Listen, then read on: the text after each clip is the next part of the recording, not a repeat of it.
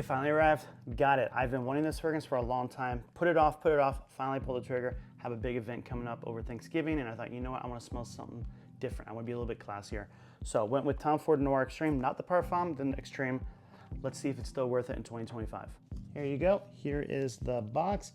Nothing that different. Honestly, I do like that T on the side. It's just, oh, and the F right there, that's kind of cool.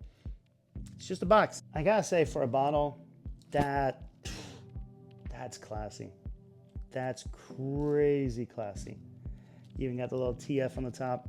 That looks cool. The fragrance itself, I have smelled it before. I actually have a dupe of it, and I love the dupe. Every time I wear it, I think, man, this is a good fragrance. I wonder how much better the Tom Ford is. Because most of the time, the original smells so much better.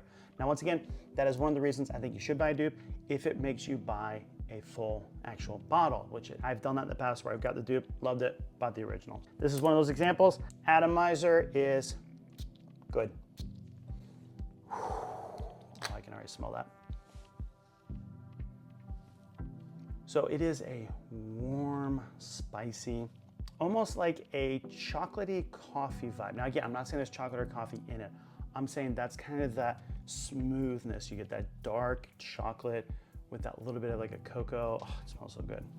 The actual notes are cardamom, nutmeg, saffron, mandarin orange, neroli, coffee, rose, jasmine, orange blossom, vanilla, amber, woody notes, and sandalwood. So I'm getting the vanilla. I'm getting that, I want to say coffee is what I think smells like dark chocolate, and the coffee.